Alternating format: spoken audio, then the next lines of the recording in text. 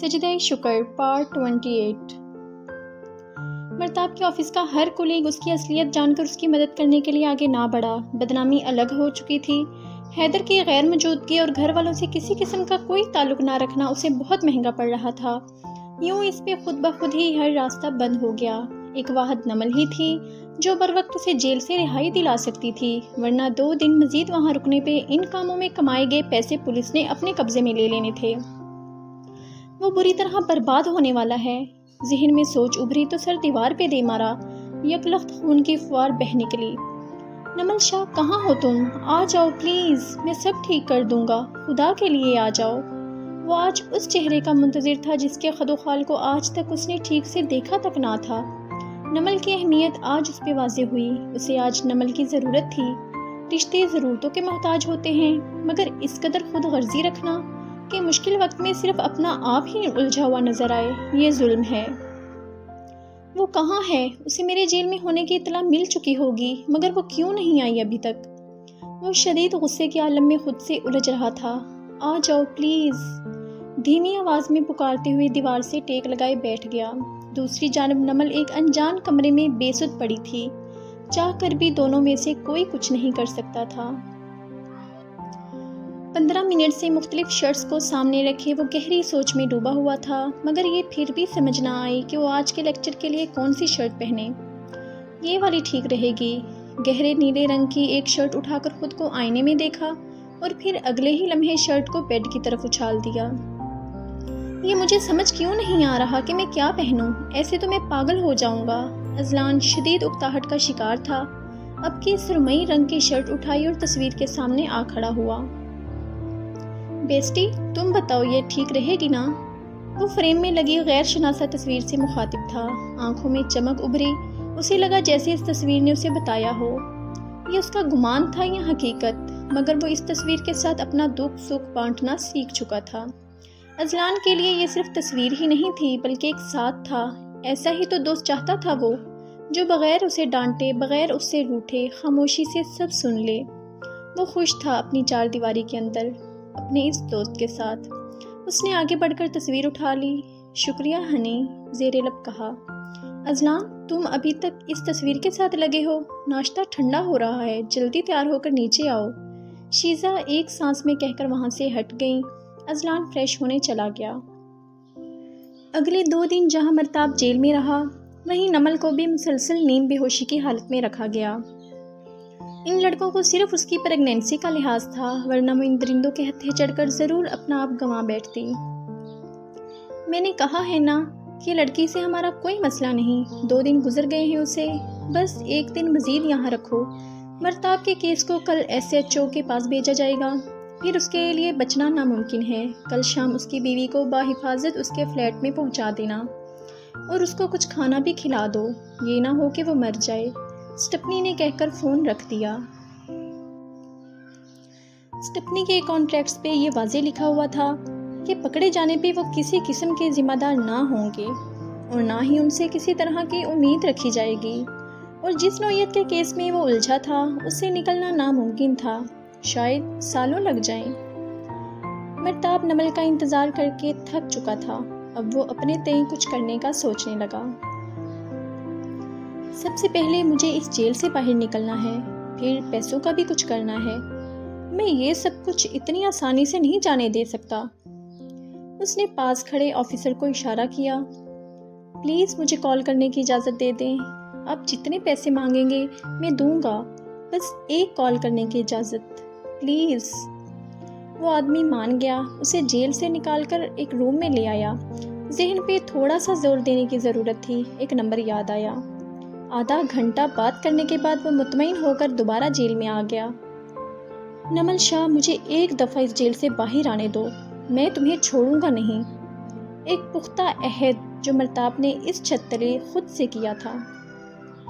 تمہاری میری زندگی میں کوئی جگہ نہیں، کیونکہ تم میرے کسی کام کی نہیں۔ مرتاب شاہ اپنی زندگی اپنی مرضی سے جینے کا عادی ہے، کوئی اس کو روکنے والا نہیں۔ مغروریت سے بھرا لہجہ سرکشی پہ اتر آیا تھا۔ اگلی صبح مرتاب کا کیس ہیڈ آفس پہنچ گیا تھا۔ دوپہر میں اس کو پیسوں کے لالچ میں عارضی ضمانت کے تحت چھوڑ دیا گیا۔ وہ گھر پہنچا تو وہاں کوئی بھی نہیں تھا، سب کچھ ویسے ہی تھا جیسے وہ چھوڑ کر گیا تھا، مگر آج وہ سب کچھ ختم کرنے والا تھا۔ نمل سے ملنے سے پہلے اسے اور بہت کام کرنے تھے۔ اپنے بینک کے کاغذات اور کارڈ لے کر چلا گیا۔ اس نے اپنے پیسے دوستوں کے اکاؤنٹس میں رکھے تھے، کچھ پیسے گھر تھے، سارے لے جا کر بابا، رمشا اور حیدر کے اکاؤنٹ میں منتقل کر دیے۔ ایک جاننے والے کو کچھ پیسے دے کر گزشتہ سالوں کا اپنا تمام ریکارڈ بینک سے ختم کروا دیا۔ اس کا اپنا اکاؤنٹ جو شروع سے اس کے پاس تھا بس وہی رہنے دیا، اور کچھ لاکھ روپے اس میں جمع کروا دیے اور اس کے مطابق بینک میں نقلی پرچیاں بنوا کر جمع کروا دیں۔ وہ پرسکون تھا۔ اس کے لیے اس کی متاع صرف یہی تھی جسے وہ محفوظ جگہ پر پہنچا چکا تھا۔ سٹپنی کے حکم کے مطابق وہ لڑکے شام میں نمل کو اس کے فلیٹ کے باہر چھوڑ گئے۔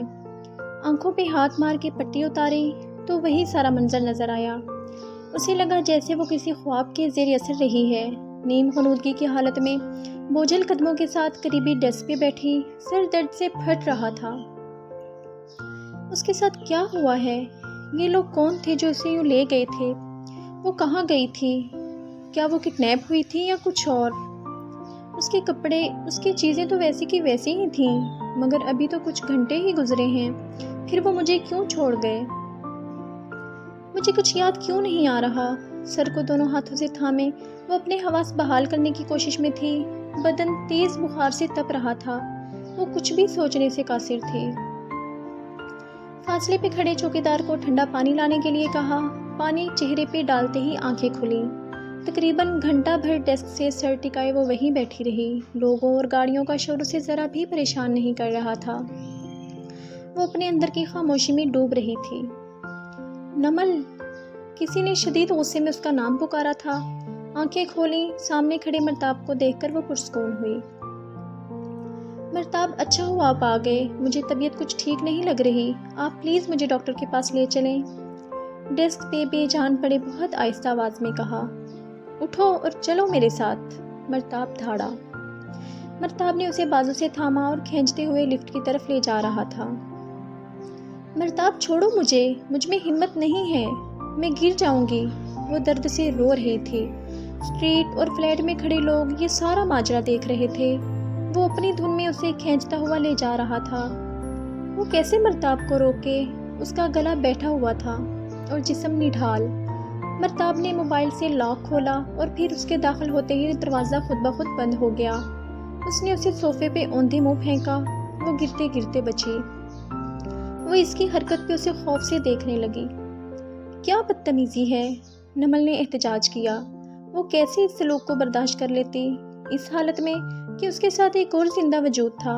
وہ اس کے قریب ہوا، اس کا ہاتھ پکڑ کر اٹھایا اور اپنے روبرو کھڑا کیا۔ اس کی کلائیوں پہ اس کی گرفت مضبوط تھی۔ ہاتھوں میں پہنی چوڑیاں اس کے دبانے پہ کرچی کرچی ہو گئیں۔ وہ درد سے کراہی۔ کیا درد ہو رہا ہے؟ اس نے اس کا ہاتھ مروڑا۔ پچھلے 2 دنوں سے میں بھی ایسے ہی درد سے گزر رہا ہوں، لیکن تمہیں تو اپنے آپ کے علاوہ اور کسی کا ہوش نہیں ہے۔ 2 دن؟ کیا مطلب؟ یہ تم کیا کہہ رہے ہو؟ ابھی صبح ہی تو ہم ملے تھے۔ اتنی ناسمجھ بننے کی ضرورت نہیں، میں تمہاری سب چالاکیاں اچھی طرح جانتا ہوں۔ مرتاب، تم کیا کہہ رہے ہو؟ مجھے کچھ سمجھ نہیں آ رہی۔ اس کا لہجہ قدرے نرم پڑا۔ وہ 2 قدم اس کی جانب بڑھا۔ سامنے میز پہ پڑا موبائل بجا۔ اس نے موبائل اٹھایا۔ پہنچ گئی بیوی؟ بھئی اس سے کیا پوچھتے ہو؟ 2 دن وہ ہمارے پاس تھی۔ ویسے بھی وہ تمہارے بارے میں سب جانتی ہے، اس لیے وہ اس روز منظر سے ہی غائب تھی۔ وہ تو خود تم سے پیچھا چڑھوانا چاہتی ہے۔ کون بول رہا ہے؟ کہنے والے کی بات نے جلتی آگ پہ تیل کا کام کیا تھا۔ نہیں یقین تو ویڈیو میں دیکھ لو۔ یہ کہہ کر فون بند کر دیا گیا۔ 1 منٹ بعد مرتاب کو ایک ویڈیو ملی۔ جیسے جیسے ویڈیو آگے بڑھتی جا رہی تھی، مرتاب کے چہرے کا رنگ بالکل سفید پڑ رہا تھا۔ تو پچھلے 2 دن اپنے دیوانوں کے ساتھ عیاشی کر رہی تھی محترمہ۔ بکواس بند کرو اپنی، وہ چیخی۔ تم اپنی بکواس بند کرو، یہ ویڈیو، یہ تم ہی ہو نا؟ موبائل اس کی نگاہوں کے سامنے کیا۔ اس کا دل دہل گیا۔ یہ کپڑے، یہ انداز سب اسی کی طرح تھا، مگر ویڈیو میں پشت کیے کھڑی وہ لڑکی نمل نہیں تھی۔ مرتاب یہ سب جھوٹ ہے، یہ میں نہیں ہوں، کوئی ہمیں بیوقوف بنا رہا ہے۔ وہ اپنی صفائیاں دینے کی کوشش کرنے لگی۔ واہ بہت خوب نمل شاہ، تم نے کیا مجھے بیوقوف سمجھ رکھا ہے؟ 2 دن ان کے ساتھ گزار کر سب بھول گئی ہو؟ دیکھو خود کو، اپنی آواز، ان کے ساتھ باتیں کرتے اور کہے لگاتے ہوئے۔ تم کیا سمجھتی ہو تم مجھے بیوقوف بناؤ گی اور میں بن جاؤں گا؟ یہ اتنی بڑی چادر لپیٹ لینے سے تم نیک پارسا بن جاؤ گی؟ اس نے اس کی چادر کھینچ کر اتار پھینکی۔ نہیں نمل شاہ، 5 وقت کی نماز پڑھنے سے تم نیک اور پارسا نہیں بن جاؤ گی۔ تمہاری یہ حقیقت بہت بھیانک ہے میرے لیے۔ غلطی میری ہے جو تمہیں اس ملک میں تنہا چھوڑ دیا کہ تم جو چاہے کرتی پھرو۔ نمل پھٹی ہوئی حیرت زدہ آنکھوں سے اسے دیکھ رہی تھی۔ اسے مرتاب کی جلتی آنکھوں سے خوف آ رہا تھا۔ اب وہ کیا کہتی؟ الزام تو اس کی ذات پہ لگ رہا تھا، اور لگا کون رہا تھا؟ اس کا اپنا محرم، جس کے ساتھ زندگی کے کچھ حسین پل گزرے تھے۔ مرتاب تم ابھی غصے میں ہو، بہتر یہی ہے کہ ہم بعد میں بات کریں گے پلیز۔ اس نے ملتجی نگاہوں سے دیکھا۔ جو بات ہوگی آج ہی ہوگی، ابھی ہوگی۔ تمہاری صورت میں ایک عذاب باندھ لیا ہے میں نے۔ پتہ نہیں میں نے تم سے شادی کیوں کی۔ پلیز مرتاب ہم بعد میں بات کرتے ہیں۔ وہ رو رہی تھی۔ یہ جاہل عورتوں کی طرح واویلا کرنا بند کرو، میں کچھ بھی نہیں سننے والا۔ بس آج فیصلہ ہو جائے گا۔ مجھے تم جیسی بد کردار اور خود غرض عورت کے ساتھ نہیں رہنا۔ میں ابھی تمہیں اس رشتے سے آزاد کر دوں گا۔ مرتاب رکو، مرتاب پلیز، تمہیں اللہ کا واسطہ، وہ چلا رہی تھی۔ آواز کی شدت اس قدر تھی کہ پوری عمارت میں اس کی آواز واضح تھی۔ میں مرتاب شاہ تمہیں۔ مرتاب اللہ کے لیے رک جاؤ، مرتاب میں مر جاؤں گی۔ نمل شاہ کو پورے ہوش و حواس میں طلاق دیتا ہوں، طلاق دیتا ہوں، طلاق دیتا ہوں۔ فضا میں خاموشی چھا گئی، آنسو رک گئے، دل دھڑکنا بند ہو گیا، وقت تھم گیا۔ اس کی ریڑھ کی ہڈی میں ایک سرد لہر دوڑ گئی۔ دفع ہو جاؤ میرے گھر سے، مجھے کبھی شکل مت دکھانا، چلی جاؤ یہاں سے، مجھے کوئی ضرورت نہیں تمہاری۔ وہ چیختا ہوا سب کچھ توڑ پھوڑ رہا تھا۔ 5 منٹ میں اس نے سب تہس نہس کر دیا۔ میں اتنی رات کو کہاں جاؤں گی، پلیز ایسے مت کرو۔ وہ گڑ گڑاتی رہ گئی اور مرتاب وہاں سے جا چکا تھا۔ آج کوئی بھی اسے اس طوفان سے نہ بچا پایا۔ اسے تو دعا تک مانگنے کا وقت نہیں ملا تھا۔ اب وہ کس سے گلہ کرتی؟ اپنے رب سے، اپنی قسمت سے، یا خود سے؟ وہ مجرم نہیں تھی اور نہ ہی وہ قیدی تھی، لیکن اس کے باوجود مرتاب کو اس کے ساتھ انتہائی برا سلوک تھا۔ کیا وہ اس سلوک کی مستحق تھی؟ اس کی ذات پہ اچھالے گئے کیچڑ نے اسے پستیوں میں دھکیل دیا۔ یہ کیسی سزا مل رہی ہے اسے؟ کیا انسان ہونے کی؟ اس نے خود سے پوچھنا چاہا۔ اس ناول کے نیکسٹ پارٹ کے لیے ہمارے اس چینل کو سبسکرائب کریں، اس ویڈیو کو لائک کریں، شیئر کریں اور کمنٹ باکس میں اپنی رائے کا اظہار دیں۔ شکریہ۔ اللہ حافظ۔